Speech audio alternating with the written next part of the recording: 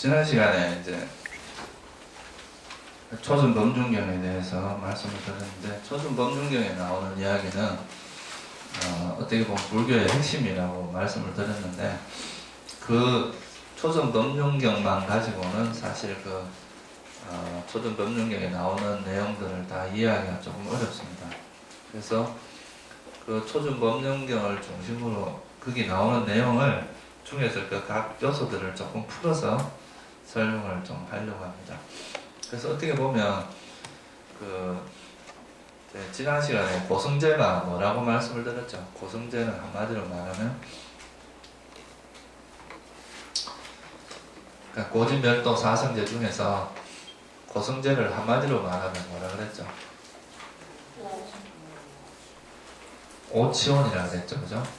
오치온이라는 것이 실제로 뭔가 하는 것에 대해서 이제 좀 심도 있게, 약간 더 깊이 있게 공부를 한번 해봐야 우리가 이제 고성제가 뭐라는 것에 대해서 이해를 하기가 조금 더 좋습니다. 그래서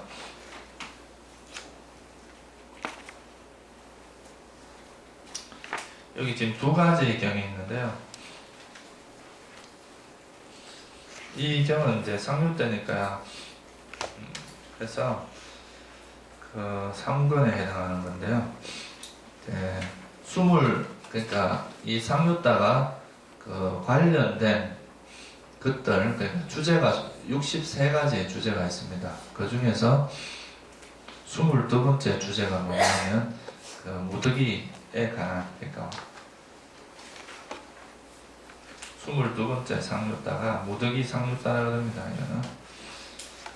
그래서 이제 이 무더기에 관한, 그러니까 우리가 뭐 오온으로 알고 있는 그 무더기에 관한 주제별로 모아놓은 것이 이 22번째 주제인데요. 이 주제 중에서 이제 뭐 여기에 대해서, 여기서는 뭐 계속 이 무더기에 대한 이야기들이 계속 지속적으로 나오는데, 요 무더기 경 중에서 한 두 가지 경을 뽑아서, 그게 이제 지금 말하는 요 무더기 경이라는 경이 있고요. 이 첫 번째고 두 번째가 그 삼켜버린 경이라고 있습니다. 요건 그 22번째 주제 중에서 이 48번째 경이고, 삼켜버린 경이 79번째, 네, 79번째 경입니다. 그러니까 이건 이제 그러니까 이거 우리가 보통 이제 기호로 표시할 때 S라는 거는 상류다니까 이런 뜻이고, 22라는 건 이제 22번째 주제라는 뜻이고요. 그 22번째 주제에서 48번 경, 79번째 경 이런 뜻입니다. 그래서 보통은 이제 이렇게 표시가 돼요. 상류다 22, 48 이러면 상류다 니까에 있는 22번째 주제, 그러니까 무더기라는 주제 중에서 48번째 경이다 이런 뜻입니다. 그래서 그 두 가지에 대해서 이제 좀 요약해서 설명을 드리겠습니다. 우리가 이제 사성제를 이해를 할 때, 사성제나 또 어떤 법에 대해서 이해를 할 때, 보통 이제 일단 이 사성제가 어떤 그 오온이 뭐라는 걸 먼저 알아야 되고요. 그 다음에 오온에 대한 위험성, 그걸 좀 이해를 해야 되고, 그거로부터 벗어나는 거, 이 세 가지로 이해를 할 수 있는데요. 일단 오온이라는 것에 대해서 먼저 이해를 해야 되고, 오온의 속성, 그러니까 오온이라는 것이 어떤 속성을 가지고 있는가, 거기에 대해서 이해를 하고, 그 다음에 오온으로부터 벗어나려고 하면, 다시 말하면 우리가 거기로부터 벗어나기 위해서는 어떻게 해야 되는가 하는 이제 그런 측면으로 되어 있는데, 일단 오온이 뭔가에 대한 이해, 이것이 이제 중요합니다.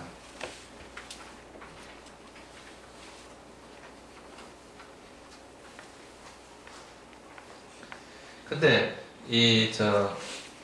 오온이라는 이런 말이 왜 나왔는지 그 배경부터 우리가 조금 설명을 드릴 필요가 있어요.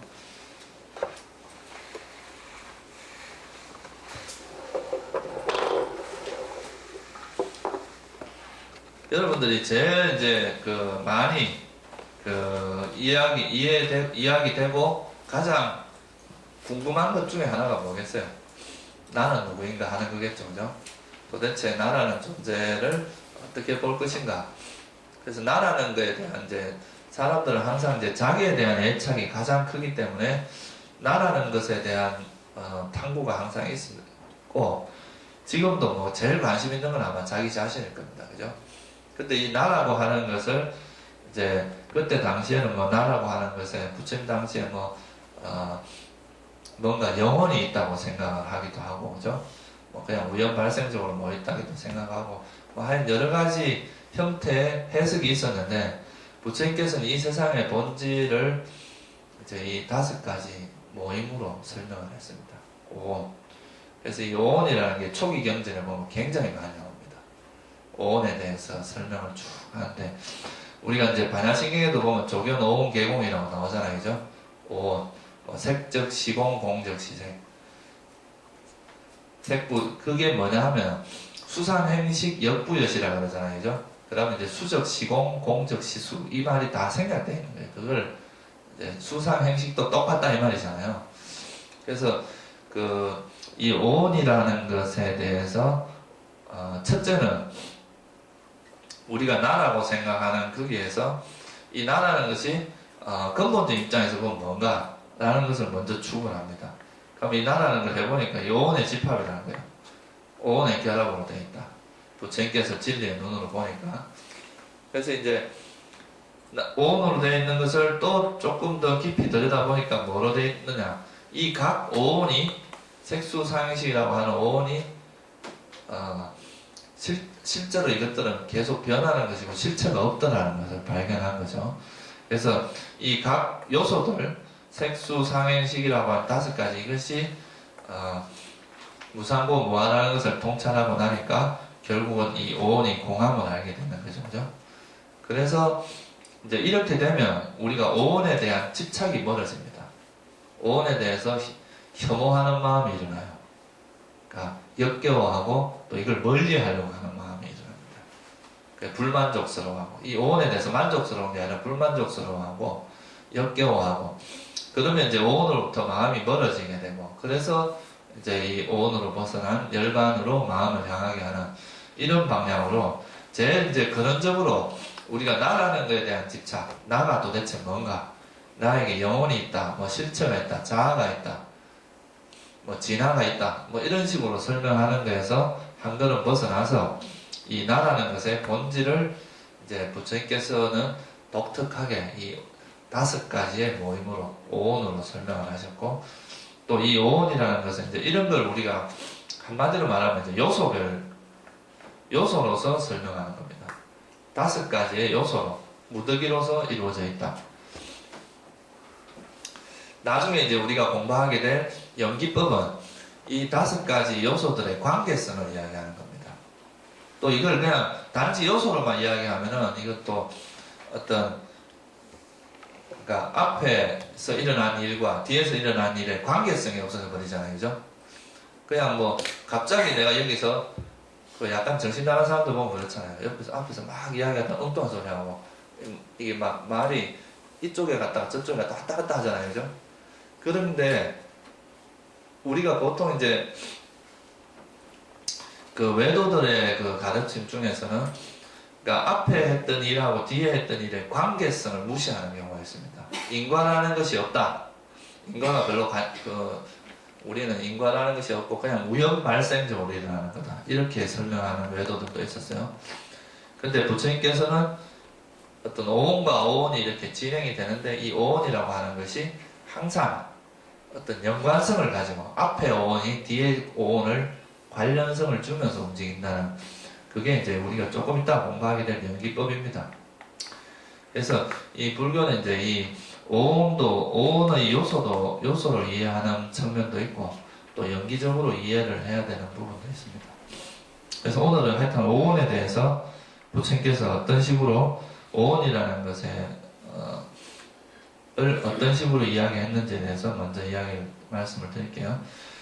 첫 번째는 이제 오온을 이야기하기 전에 우리가 크게 나누면 물질과 정신, 이렇게 2가지로 나눌 수가 있어요.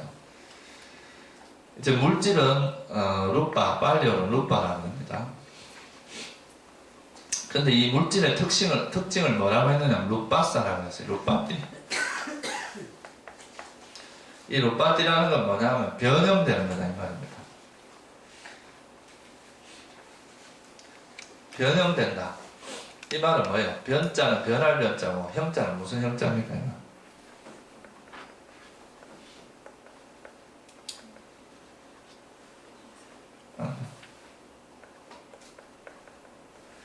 형태할 때 형자거든요. 그죠? 그러니까 변형된다는 말은 모양이나 형태가 변한다는 뜻입니다. 모양이나 형태가. 이런 물질은 예를 들어서 내가 이걸 이렇게 뭐로 때리면 모양이 변하잖아요. 그죠? 형태도 있고 형태도 변하고 여러분 이 몸도 나이가 들어가면서 계속 모양과 형태가 계속 변해가잖아요. 그죠? 그러니까 이 물질이라는 것은 어떤 모양이나 형태가 있어서 그것이 이렇게 계속 변형되는 형태로 나타나는 특징이 변형되는 특징을 갖고 있습니다. 우리 정신이라고 하는 건 모양이 없는데 어떻게 변형이 이루어지겠어요? 그죠? 그러니까 우리가 정신이라고 하는 건 변화는 있을 수 있어요. 앞에 있다가 뒤에 걸로 바뀌는 이런 변화는 있을 수 있지만 이 변형되지는 않거든요. 그게 물질의 특징입니다. 이거는 물질이라는 것이 어떤 형태를 가지고 있기 때문에 그 형태의 변화가 일어나는 것을 모양이나 형태가 변화가 일어나기 때문에 이런 것들은 물질이라고 이야기를 하고 근데 이 정신은 또 남아라 그러거든요. 남아. 이 정신이라는 뜻은 뭐에 기운다는 뜻입니다. 이렇게 제가 이 소리를 내면 여러분들 마음이 이쪽으로 딱 기울잖아요. 그죠? 어떤 대상으로 마음이 기우는 그런 역할을 하는 것이 바로 이 정신입니다.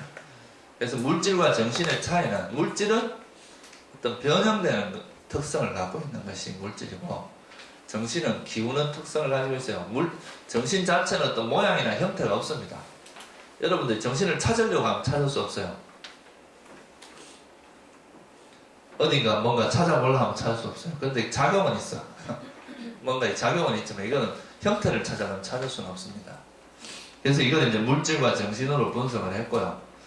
근데 이 정신이라는 것은 훨씬 물질적인 것보다 훨씬 더 복잡합니다. 그래서 이 정신이라고 하는 것을 또 크게 나누면 마음과 마음부수 이렇게 표현할 수 있습니다.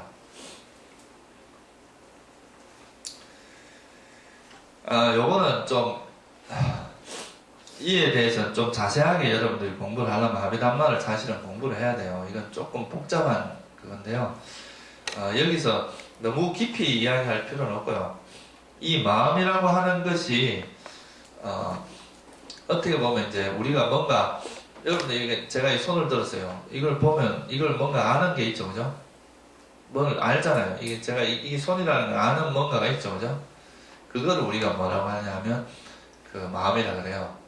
근데 이것이 이렇게 아는데 이건 무슨 모양이고 어떤 색깔로 이루어져 있고 저것은 좋은 것인가 나쁜 것인가 저거는 어떤 재질로 이루어져 있나 이런 것까지 알게 하려면 이 마음의 작용만 갖고는 안 돼요. 이 마음을 도와주는 작용이 필요합니다. 그래서 이 마음을 도와주는 작용을 하는 심리 현상을 우리가 마음 부수라고 해요. 이제 마음에 부속되어 있다. 어떻게 보면 그 마음이라는 것이 가장 중심이 되어 있고 이 마음을 도와주는 역할을 하는 것을 마음 부수라고 합니다.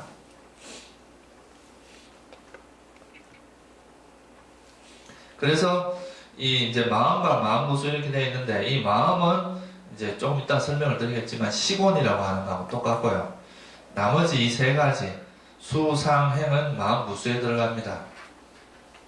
그래서 이제 우리가 정신적인 요소와 물질적인 요소를 나누어서 정신적인 요소는 말 그대로 색, 루빠라고 하는 색이라는 걸 따서 색온이라고 이야기를 했고 또 이 정신적인 요소는 마음과 마음 부수 이렇게 나누고 또 마음은 그 뭔가를 안다는 거잖아요. 그죠? 안다는 것은 식의 개념하고 똑같습니다. 뭔가를 그러니까 이 마음은 찢다라 그러고 빨리요. 이게 이제 식어는 윈냐나라고 그러거든요.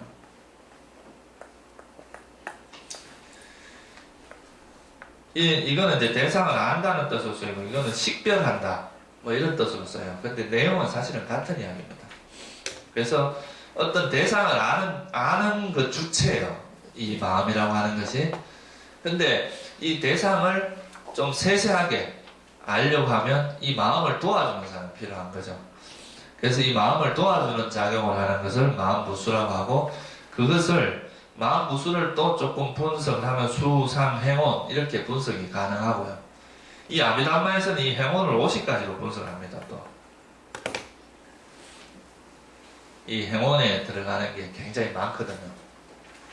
근데 이제 이런 것들을 다 설명드리기는 어려워서, 그러니까 이제 느낌, 인식, 이제 이렇게 나누어진다는 거죠. 이건 이제 전체 구조고요. 먼저 이 물질이라고 하는 것에 대해서 사실은 이 오온에 대해서 깊이 있게 설명을 하려면, 이게 이제 아비담마가 두 권으로 이루어져 있어요. 상권, 하권 이렇게 1권, 2권 이렇게 이루어져 있는데, 이 물질과 정신에 대해서, 오온에 대해서 설명한 게 책의 거의 3분의 2입니다. 이 두 권 책 중에서 거의 한 700페이지 가까운 게 이 오온에 대한 설명으로 되어 있어요. 그래서 이 오온이라는 것을 자세히 설명을 하려고 하면 이건 한도 끝도 없어요. 근데 제가 여기서 이제 설명을 드리려고 하는 건, 오늘 이제 짧은 시간에 오온에 대해서 설명을 드리려고 하는 거는, 우리가 기본적으로 내가 나라고 집착하고 나라고 생각하고 살아가는 것의 본질이 오온이라는 걸 여러분들이 그러니까 나라고 생각하지 말고, 이것이 이제 물질적인 요소와 정신적인 요소, 그리고 또는 오온의 집합이라는 것, 그렇게 바라볼 수 있는 어떤 그걸로만 돼도 충분합니다. 그리고 이 각각의 물질도 그렇고 느낌도 그렇고 이 각각 색수상행식이라고 하는 것이 다 변하는 성질을 갖고 있고 무상고 무아의 특징을 갖고 있다는 것을 이해를 하고, 그로 인해서 우리가 이 세상을 바라보는 관점에 변화가 일어날 수만 있다면 그걸로서 이제 충분합니다.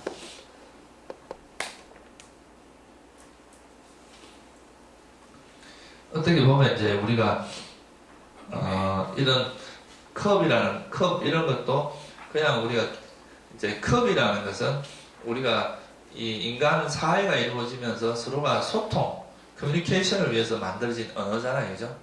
근데 이 언어가 생기기 이전에 이 모습은 세곤이라는, 그러니까 다시 말하면 물질적인 모습, 실제 모습은 어떤 물질의 모습이고, 우리가 이것을 편의상 물질이 이런 모양을 갖추고 있으면 컵이라고 하자, 또 이런 모양을 갖추고 있으면 종이라고 하자, 이렇게 그 물질이 모여있는 형태에 따라서 그냥 이름을 붙인 거잖아요, 그죠?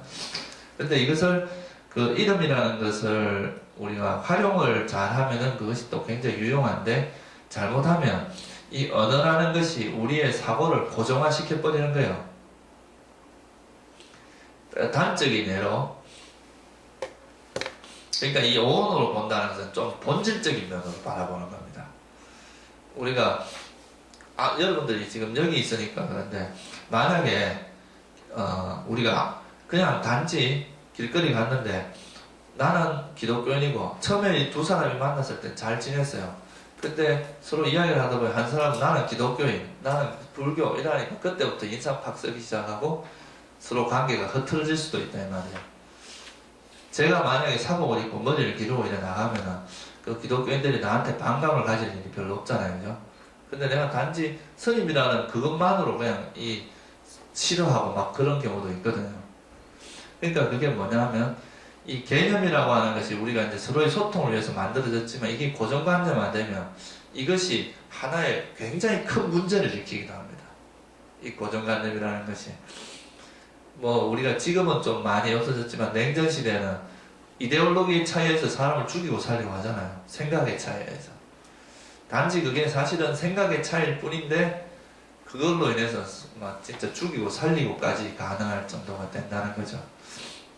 그래서 우리가 이제 불교를 공부할 때 이런 이제 개념에 대해서, 우리는 개념에 너무 빠져 살기 때문에 개념을 벗어나서 이 개념 이전에 이것이 가지고 있는 모습, 그 근원적인 모습을 보고, 그러면 이제 개념적인 것과 실제 모습의 어떤 균형이 잡혀집니다. 그러면 나중에는 개념을 써도 개념에 빠지지 않고 이 본질적인 모습에 있으면서도 본질적인 빠지지 않는 자유자재한 모습이 될 수가 있거든요. 그래서 우리가 이런 걸 이제 개념의 세계를 일단 벗어나는 것, 개념에서 너무 끄달리지 않는 것이 첫째는 중요합니다. 개념을 좀 해체할 필요가 있어요. 그렇지만 이게 해체하고 나서는 또 우리가 이제 자동차도 있습니다. 이것이 시계가 있지만 이 시계를 부속으로 다 풀면 시계라고 할 만한 것도 없잖아요. 그죠? 근데 이걸 또 다 모아 놓으면 또 시계가 가지고 있는 또 그 작용이 있어요. 또 그러면 그대로 볼 수 있어야 된다 이 말이에요. 그러니까 요소로도 볼 수 있고 또 이것이 가지고 있는 그걸로도 볼 수 있는 이것이 이제 소위 말하는 중도적인 시각입니다. 그렇게 볼 수 있게 하기 위해서는 맨날 이걸 이제 개념적으로 우리 보고 살아왔으니까 이것이 이제 쪼개진 개념이 아니라 실제 개념 이전의 모습을 한번 볼 필요가 있다. 그것이 바로 우리가 이 세상에 있는 것들은 뭐 다양한 이름, 온갖 이름이 붙여져 있고 온갖 모습으로 나타나지만 그것의 실질적인 본질은 오온에 불과하다는 거예요. 어떤 모습으로 나타나더라도 이것도 이런 거는 이제 세본, 형태가 있는 것은 세본에 불과하고 형태가 없는 것은 다 수상형식의 형태라는 거죠. 그래서 그걸 이해를 하면 우리가 거기서부터 좀 마음의 집착이 멀어질 수 있는 아주 좋은 인식의 전환이 이루어지기 때문에 그런 목적에서 부처님께서 이제 그 중생들이 가장 집착하는 나라는 것을 오온으로 이렇게 해체해 준 거라고 할 수 있습니다.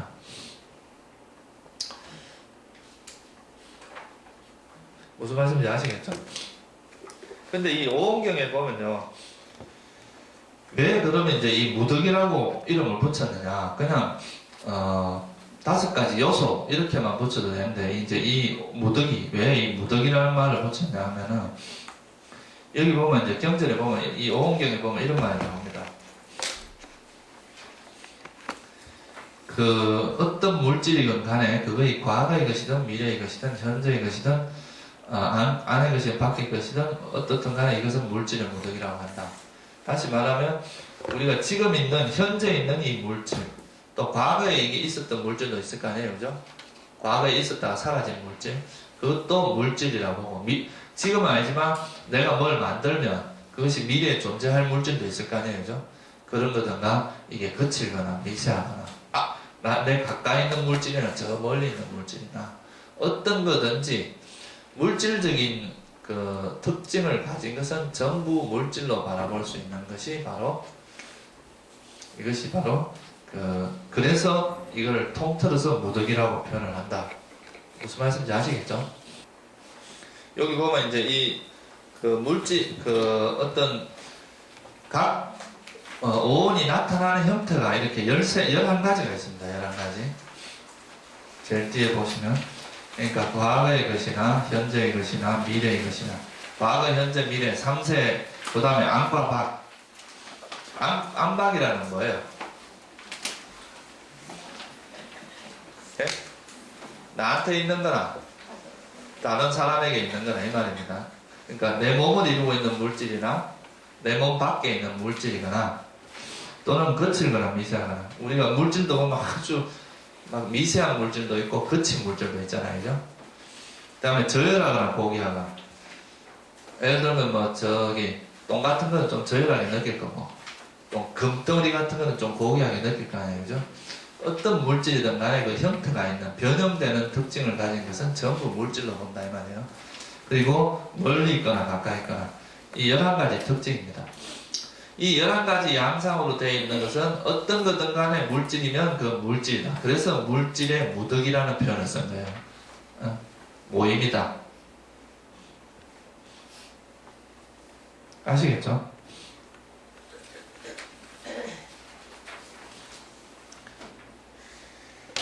그리고 여기 보면은 이제 무덕이경에서는 이제 각 그 물질을 대해서 설명을 하고 나서 그 오온이라는 것이 있고 또 오치온이라는 말이 있습니다. 우리가 전에 제가 그 앞에서 초전법륜경을 설명할 때 보성제는 뭐라 그랬어요?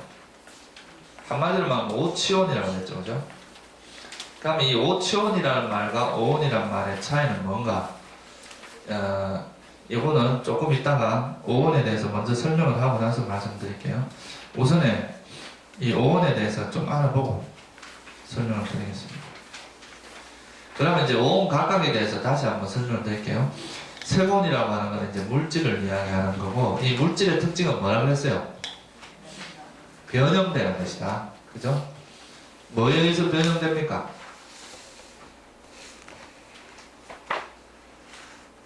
변형되는 원인이 뭐에 의해서 변형돼요? 네? 아니 이제 우리가 살아가면서 잘 보세요. 변형되는 게 풍화작용에서도 변형이 되죠. 그죠? 그러니까 뭐예요? 이거는 차가움 또는 뜨거움에 의해서도 변형이 되고, 그죠? 그 다음에 배고픔에 의해서도 변형됩니다. 여러분들 배가 고프면 배가 쪼그라들죠, 그죠? 그러니까 배고픔 안 먹으면 우리 몸도 에너지가 공급이 안 되면 몸에 변화가 일어납니다, 그죠? 변형이 일어나요. 얼굴이 이렇게 뭐 푸석푸석해진다거나 이런 변형이 일어나고, 또 목말라도 변형이 일어나죠, 그죠? 그리고 파리에 의해서 이제 뭐 음식물 같은 거 이런 것도 이제 미생물에 의해서 그게 변형되기도 하잖아요, 그죠? 이 부패가 되면서 파리나 모기, 바람, 햇빛에 밖에다가 이제 물 걸어 올려놔두면 이게 변형이 일어나잖아요, 그죠? 물기가 증발되면서 파충류, 또 뭐 미생물 이런 등등에 의해서 물질들은 보면 이런 것들은 뭐 우리가 햇빛에 올려놔둬도 변형이 일어나고 이게 막 이렇게 뒤틀리잖아요, 그죠? 그런 여러 가지 것들. 그래서 이 경전에는 이렇게 표현이 되어 있습니다. 그러니까 무엇을 물질이라고 하느냐, 변형된다고 해서 물질이라고 한다.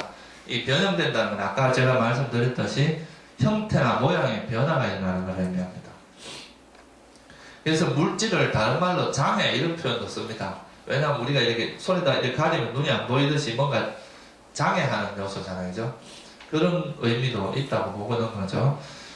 그리고 이제 차가움에 의해서 변형이 되고 더움에 의해서도 변형, 배고픔, 목마름, 파리, 모기, 바람, 햇빛, 파충류 등에 의해서 변형이 된다. 이처럼 변형된다고 해서 물질이라고 한다. 이제 여기서는 이렇게 설명이 되어 있어요. 이거 외에도 많겠죠, 그죠? 우리가 뭐 아주 날카로운 거고 쿡 찔러도 변화가 일어나고 칼로 잘라도 변형이 일어나고, 그죠? 여러 가지 요즘이야 뭐 폭탄 같은 걸로도 일어날 수 있겠죠, 그죠? 그래서 이런 걸 변형이라고 하고요. 이 물질의 역할은 뭐냐 하면 우리가 물질은 크게 나누면 두 가지로 나눌 수 있어요. 4대라고 들어보셨죠, 그죠? 4대 요소. 경전에는 이렇게 두 가지로 나누어집니다. 4대 요소와 파생된 물질. 그러니까 근본 물질과 파생된 물질 이렇게 하는데, 근본 물질은 4대. 이 4대가 뭐예요?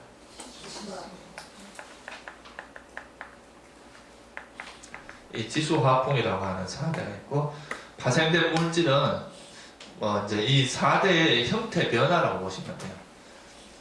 이 지수화풍이 이렇게 눈의 모양을 만들면 눈이라고 그러고, 귀의 모양을 만들면 귀라고 그러는 거죠. 코, 혀, 몸, 아니비설신, 그리고 또 뭐가 있겠어요? 아니비설신의 대상이 뭡니까? 색성, 향, 미, 촉이죠, 그죠? 그래서 이렇게 그 4대 요소가 가장 기본적인 거고요. 그 4대 요소에 의해서 이제 변형이, 그러니까 파생된 것, 그것이 바로 이제 파생된 물질이라고 합니다. 간단하게 그냥 지수화풍에 대해서 제가 뭐 아시는 분들도 아시겠지만 간단해서 이건 중요한 거라서 설명을 드리면, 우리가 보통은 이제 지수화풍을 땅, 물, 바람 이렇게 표현하잖아요. 근데 그거는 이제 정확한 표현은 아닙니다. 이 땅이라고 지의 요소라는 것은 그냥 이런 땅을 이야기하는 게 아니라 단단함의 특징을 가진 걸 이야기합니다. 제가 이걸 지금 여러분들 이걸 땅바닥을 한번 만져보세요. 만져보면 이 뭔가 단단함이 느껴지잖아요, 그죠? 그거는 땅의 특징이라는, 지의 특징이라는, 지의 요소의 특징입니다. 그리고 매끌매끌한 거, 뭐 부드럽고 이런 건 다 지의 특징입니다. 그 다음 수는 뭐냐 하면은, 이게 만약에 수가 없다면은 수의 요소는 이렇게 묶어주는 역할을 합니다. 응집이라 그러죠. 그러니까 우리 몸이 수의 요소가 없다면 우리 몸은 흩어져 버립니다. 우리 몸을 이 형태를 유지할 수 있도록 그 잡아주는 역할을 하는 것을 우리가 수의 요소라는 겁니다. 그러니까 우리 일반적으로 아는 그 물하고는 틀린 이야기입니다.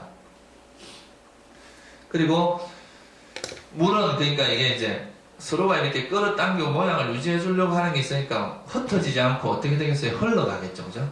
그래서 이거 물이 이렇게 흐르는 흐름, 이것도 수의 요소에 해당합니다. 그리고 뜨겁고 바닥을 이렇게 만졌을 때 뜨겁고 찹다. 그리고 이제 우리가 전에 에어컨 바람을 쐬면 시원하게 느껴진다. 이런 뜨겁고 차온기 느껴지는 것은 화의 요소가 느껴진다고 이야기하는 거죠.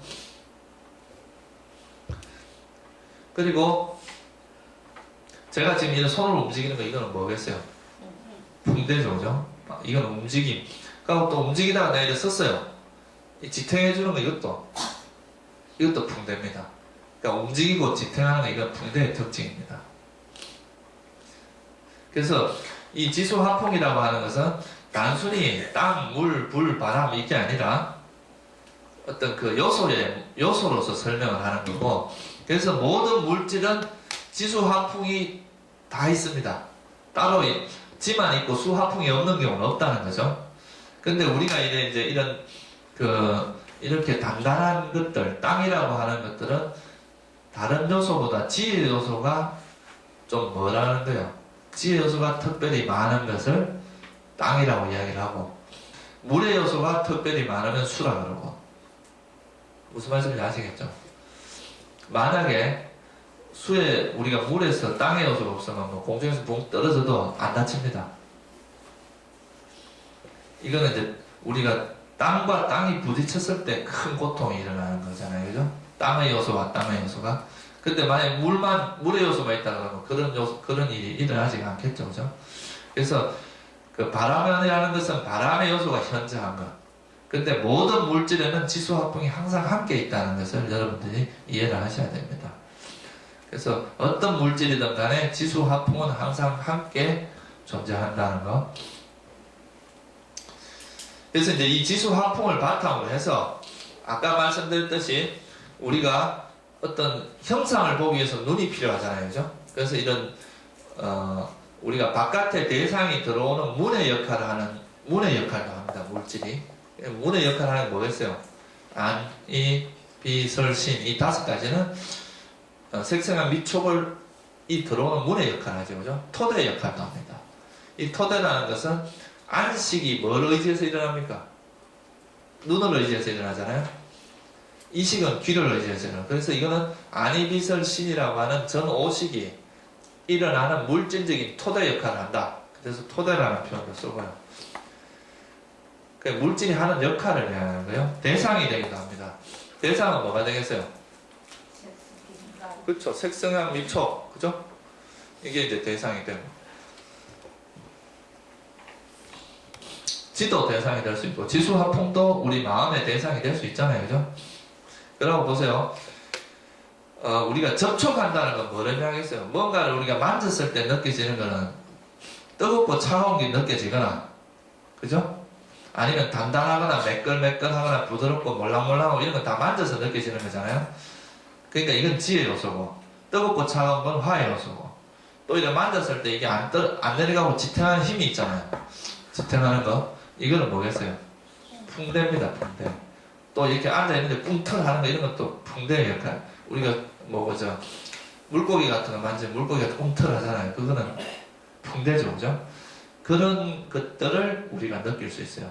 근데 물의 요소라고 하는 건 그냥 응집시켜주는 힘이기 때문에 이거는 만져서 알 수 있는 게 아닙니다. 그래서 우리가 촉이라고 하는 것은 색성향 및 촉이라고 할 때 촉은 지화풍을 의미합니다. 그러니까 우리가 만져서 알 수 있는 것은 지나 화나 풍대 이 3가지를 알 수 있다는 거죠. 무슨 말씀인지 아시겠죠, 그죠? 그러니까 물질의 가장 대표적인 특징은 변형되는 거라는 거예요, 그죠?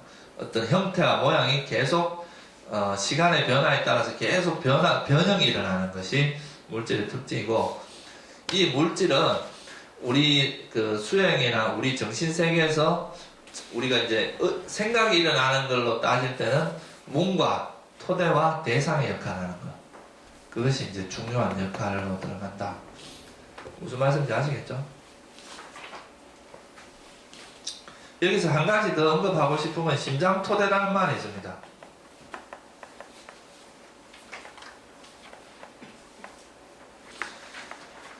우리가 이 심장토대라고 하는 것은요, 우리가 의식 있잖아요, 그죠? 안이비설신, 전오식은 안이비설신을 의지해서 일어나잖아요. 우리가 머릿속에서 생각하는 의식은 이 심장토대를 의지해서 일어난다고 봅니다. 요즘 이제 현대 과학에서도 보면 뇌과학 같은 거에 뇌를 연구를 해보면요, 뇌하고 심장은 거의 하나로 보는 그 이론이 있습니다. 그러니까 이 심장에서 오는 심장의 반응하고 이 뇌가 아주 밀접하게 관련되어 있다고 지금 연구가 진행 중이거든요. 근데 옛날에 이제 그 과학이 발달하기 이전에 수영하는 사람, 이제 수영의 고수들은 항상 뭐라고 했느냐 하면, 우리 마음이라고 하는 것은 심장에 있다고 이야기를 했어요. 옛날부터 그 성자들의 이야기를 들어보면 다 이 심장 쪽에 있다 그랬습니다. 그래서 이 심장하고 이 뇌하고 아마 이것도 나중에 되면 좀 밝혀질 거라고 봅니다. 이 심장하고 뇌가 아주 밀접한 관계가 있습니다. 특히 우리가 이제 이 아비담마나 이런 초기 불교에서는 어떤 마음이 일어나는 건 이 심장 토대라고 하는 심장 안에 있는 피 속에 분포되어 있어요. 이 물질에서 일어나는데, 이것이 이제 뇌하고의 그 어떤 전기 신호로 연결되어 있어서 이게 뇌에 작용을 주고 이렇다고도 볼 수가 있는 거죠. 이건 뭐 아직 밝혀지지 않은 거라서 제가 뭐 꼭 그렇다고 말할 수는 없는 건데, 일단은 이 아비담마에서 보는 시각은, 우리 의식이 일어나는 것은 이 심장 토대라고 하는 물질을 의지해서 일어난다. 그러니까 그 물질 중에 하나가 심장 토대라는 것이 있다는 것 정도만 알아두시면 됩니다.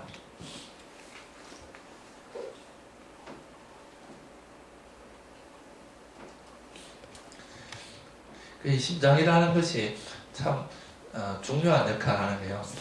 그 태아가 처음에 딱 태어나잖아요, 그죠? 이제 이 자궁에다가 애를 낳을 때 녹음기, 소형 녹음기를 넣어놓고 이제 그 소리를 녹음을 했대요. 이제 애 심장 박동 소리를 녹음을 해. 어머니 다 녹음이 될 거 아니에요, 그죠? 나중에 애가 태어나고 나서 한 달쯤 지나고 나서 그 애한테 애가 막 울면 그때 녹음한 심장 박동 소리를 들려준대요. 그러면 애가 울음을 딱 그친대. 그러니까 자기가 그 자궁 속에 있을 때 항상 들었던 그 소리를 듣고 울음을 그친다는 거예요. 이 심장이라는 것이 인간에게 미치는 영향이 되게 커요. 그거는 이제 어떻게 보면 이제 태아 당시부터 벌써 내가 발달하기 시작해 기억을 하고 있다는 거잖아요. 이제 뭐 기억이 그때부터 작용하고 있다는 걸 설명하는 것도 되고, 우리가 생명의 근원이 심장에 있잖아요, 그죠? 심장이 멈추면 죽는 거잖아요. 근데 옛날에 이제 수행자들은 이 심장하고 의식하고 아주 밀접한 관계가 있다고 본 거예요.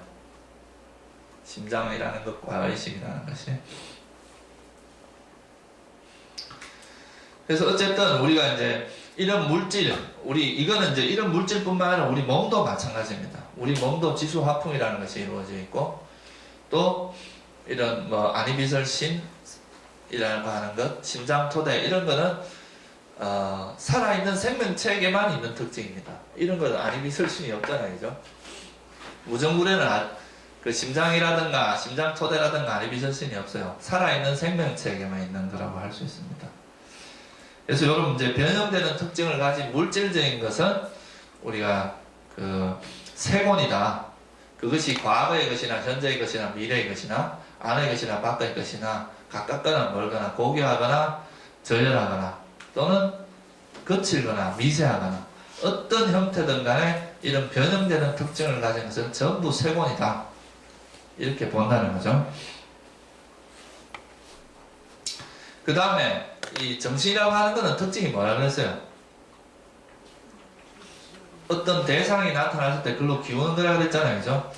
그 기우는 것에서는 이제 4가지 형태로 첫째 제일 중요한 건 시곤입니다. 시곤. 뭔가 대상을 아는 것. 시곤이라고 하는 것은 우리가 어떤 대상, 마음의 가장 큰 특징이 뭐예요? 우리가 만약에 정신이라는 것이 없으면 우리가 바깥의 대상을 알 수가 없단 말이에요, 그죠? 뭔가 인지하는, 바깥에 뭐가 있다는 것을 아는 것은 우리 마음의 작용으로서 아는 거잖아요. 그렇죠? 그래서 이 안다는 특징이 있습니다. 안다. 뭘 알아요? 대상을 안다는 특징이 있습니다. 우리에게 나타나는 대상을 알고 시곤이라는 말은 똑같은 말인데 식별한다는 말로 그냥 표현을 한 거예요. 식별한다.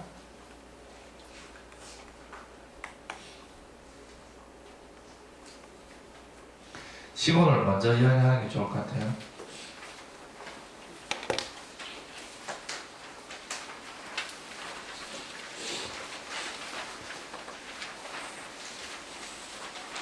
우리가 살아가는 삶은 사실 마음이 없이는 아무것도 못하잖아요. 그죠? 마음이 대상을 알아야 우리가 뭔가를 알 수가 있단 말이죠. 그래서 이런 정신적인 요소, 뭔가를 바깥에 있는 대상을 아는 그 역할하는 그 중심에는 뭐가 있느냐? 바로 이 마음이라는 것이 있고, 이 마음이라는 것의 중심에는 뭐가 있느냐 하면 바로 마음이라는 이것은 마음이라 그러기도 하고, 오온으로 이야기할 때는 이 시곤, 다시 말하면 윈냐나라고 합니다. 윈냐나. 이 윈냐나라는 뜻이 식별하다 이런 뜻이에요.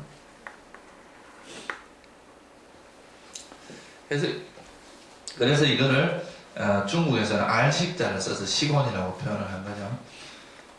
그러니까 이건 둘 다 뜻으로서는 같은 뜻입니다. 대상을 안다 그러는 거랑 식별한다는 말이랑 사실은 같은 말입니다. 근데 이제 여기서 마음이라고 하는 것은 또 하나가 뭐냐 하면, 이 마음은 그냥 대상을 아는 것밖에 못해요. 그러니까 이걸 세세하게 알지 못하고, 그냥 마음이 어떤 대상이라는 것을, 그냥 대상이 있다는 것을 아는 정도로만 안다는 거죠. 이건 마치 이제 비유를 하면 이런 걸로 비유를 할 수 있습니다. 우리가 이제 맑은 양동이에 물이 있는데, 그 흰 도화지에다가 색깔을 이렇게 칠하면 그림이 나오잖아요. 그죠? 흰 도화지 같은 역할을 하는 게 뭐냐 하면 마음이에요, 마음. 그다가 이제 그 색칠을 하는 걸 뭐에 비유를 할 수 있냐면 마음 부수에 비유를 할 수 있습니다. 그래서 이 마음이라고 하는 건 순수하게, 이 마음 자체는 더럽지도 않고 깨끗하지도 않고 순수한, 그냥 순수의식이에요. 순수히 그냥 대상을 알기만 하는 역할을 하는데, 여기에 마음부수, 특히 그 마음부수 중에서도 행운, 여기 있는 것들이 이 대상을 좋아하고 싫어하고 이런 마음이 일어나면 이거는 이제 좀 불선한 마음으로 가는 거고, 이것을 있는 그대로 알아차리고 지혜로서 작용하면은 선한 마음이 되고.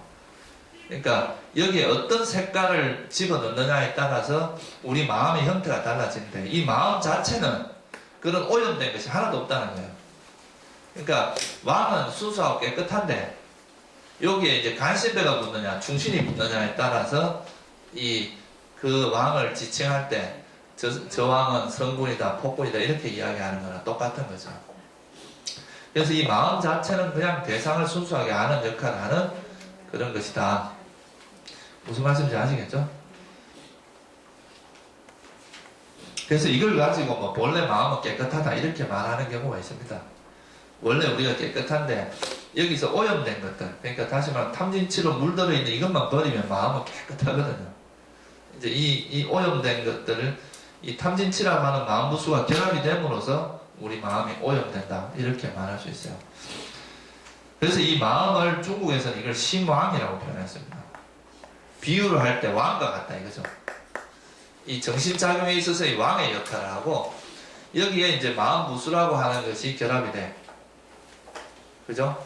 그래서 여기에 어떤 것들이 결합되냐에 따라서 마음이 좀 이렇게 오염된 마음이 되기도 하고 깨끗한 마음이 되기도 한다. 그렇게 보시면 되겠죠. 그죠? 그래서 이 마음은 이제 왕과 같은 역할하고, 마음부수는 이 왕을 도와주는 보조, 그러니까 신하 같은 역할을 한다. 이렇게 보시면 됩니다.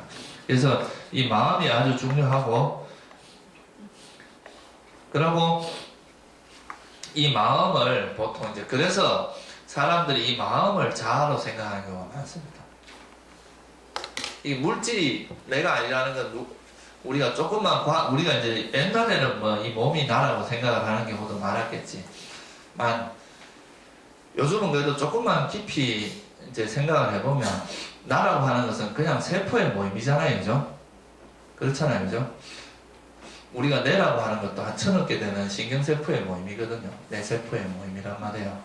그러면 우리 몸은 아마 몇 백조인가 그럴 겁니다. 한 수백 조의 그 세포로 이루어져 있는데, 이런 것들이 그 중에 실체가 있다고 생각하시는데, 이 마음 속에 뭐가 있지 않겠느냐, 이런 식으로 이제 생각을 하는데, 불교에서 볼 때는 이 마음이라는 것이 아주 빠르게 일어났다가 사라지고 일어났다가 사라지는 거라고 보는 거죠. 이 마음이라는 것이 상황에 따라, 조건에 따라 이렇게, 예를 들어서 내가 이런 소리를 내면 소리 듣는 마음이 일어나고, 내 손을 볼 때는 보는 마음이 일어났다가 사라지고, 이렇게 계속 마음은 그 상황에 따라서 변하는 것이지 변하지 않는 실체로 존재하는 건 아니다. 지금 이제 여기서 말하고자 하는 것이, 이제 우리가 나라고 생각하는 것이 색수삼행식이라고 하는 오온으로 이루어져 있는데, 그 각각의 오온들이 다 변하고 이렇게 고정불변한 것이 없다는 것을 보여주기 전에, 이게 딱 모여있을 때는 뭔가 실체가 있는 것처럼 생각이 쉽잖아요. 그런데 이걸 해체를 해놓으면 좀 더 알기가 쉽다는 거죠. 그래서 특히 이 마음이라고 하는 것이 우리를 좀 뭔가 이 속에 뭔가 대단한 것이 있지 않을까, 그런 것들. 그래서 이제 이 마음을 또는 물질을 자아라고 생각하는 형태, 이런 걸 유신견이라고 합니다. 우리가 나라고 생각하는 아견이라고 그러죠, 그죠? 그래서 이게 이제 각 그 무더기마다 마음이 곧 나다, 이렇게 바라보는 입장이 있어요. 이거는 마치 뭐와 같은, 불빛이 있으면 저 불빛도 있고 색깔도 있잖아요. 두 가지가 다른 건 아니잖아요, 그죠? 그런 것처럼 이 마음 자체가 곧 자아다, 이렇게 생각하는 게 하나의 사견입니다. 또 마음 안에 자아가 있다, 이렇게 생각하는 것이 뭐냐 하면, 이건 마치 뭐와 같은가 하면요, 꽃이 있으면 뭐가 있어요? 향기가 있죠, 향기. 그죠? 꽃이 있으면 향기가 있단 말이에요. 그러면 이 꽃이라는 것이 자아고, 거기서 나오는 향기가 마음이다, 이렇게 바라보는 것이 또 두 번째 사견입니다. 마음에 대한. 또 마음 안에 자아가 있다고 생각하는 경우가 있어요. 이거는 뭐와 같은, 어떤 상자가 있는데 그 안에 보석이 들어있어요. 어떤 상자가 있고 그 안에 보석이 있다 그러면, 이와 비슷하게 우리 마음 안에 그 자아라고 하는 게 들어있다고 생각하는 게 또 하나의 사견입니다. 또 자아가 이 마음을 소유하고 있다. 마치 이게 지금 여기 보면 이 그림자가 이렇게 비치잖아요, 그죠? 그럼 이거에 의해서 그림자가 생겼잖아요. 이건 자아고, 이 그림자로 나타나는 것이 마음이다, 오온이다, 이렇게 바라보는 게, 자아가 오온을 소유하고 있다, 다른 것이지만 소유하고 있다, 이렇게 바라보는 관점입니다. 그래서 부처님께서 이 각 오온마다 이런 4가지 형태의 사견이 있다 그랬어요. 이걸 20가지. 그럼 4, 5, 20, 20가지잖아요. 이것이 중생들이 일으키는 대표적인 사견. 이게 상륙단 니까에도 나오고, 또 맞지만 니까에도 나오고, 견전에 이 20가지 사견에 대한 이야기가 나옵니다. 보통 사람들이 생각하는 것이 지금 제가 말씀드린 여기에 다 걸립니다. 이 마음을 나다, 이 마음이 나다고 생각하는 경우도 있고, 이 마음 안에 자아가 있다고 생각하는 경우도 있고, 자아의 그림자가 오온이다, 마음이다, 이렇게 생각하는 경우도 있고, 자아 안에 마음이 있다, 이렇게 생각하는 것들이 우리가 보통 이제 불교를 잘못 이해해가지고 가지는 사견들이 다 그런 범주에 다 들어갑니다. 뭐 진화론이니 우리 마음을, 실제로 이 마음을 일어나게 하는 그 마음 밑바탕에 뭐가 있다, 이렇게 이야기하는, 이것도 아까 제가 말씀드린 그런 사견에 다 걸리는 이야기들입니다. 자아가 있고 그 자아의 그림자로 나타나는 것처럼 그렇게 이야기하는 거. 부처님께서는 그런 걸 다 사견이라고 했어요. 경전에 분명하게 제시되어 있습니다. 그래서 특히 이 시곤이라고 하는 이 마음이 그렇게 생각할 수 있는 소지가 되게 많습니다. 이 마음이 참 기묘하고 아주 미묘하고 온갖 짓을 다 해요. 진짜 우주선도 만들고, 정말 차도 만들고, 온갖 비행기도 만들고 다 하지만, 이 기묘한 마음이 항상 찰나생 찰나별한다는 거. 안굿다라니까 해보면요. 부처님께서 이렇게 말씀하셨어요. 나는 마음보다 더 빨리 움직이는 것을 본 적이 없다고 그랬어요. 마음보다 더 빠르게 변하는 것을 본 적이 없다. 그게 뭐냐 하면 그만큼 마음이라는 것이 빠르게 변하고 있다는 거예요. 고정된 것이 아니고. 그래서 이렇게 바라보는 것이 바른 견해고, 이게 뭐 자아가 있다, 여기 숨어있고 저기 숨어있고 이렇고 저렇고 하는 것은 다 사견에 해당한다는 거죠. 아시겠죠? 그래서 이 마음을 잘 이해를 하는 것이, 이 마음 자체는 순수하다. 근데 여기에 어떤 마음 무수가 결합되냐에 따라서 이것이 오염되기도 하고 오염되지 않기도 한다. 그 어떤 것이 결합되냐, 이것이 바로 마음 부수입니다. 마음 부수. 아시겠죠? 그러면 그 마음 부수에 대한 이야기는 잠깐 쉬었다 하겠습니다.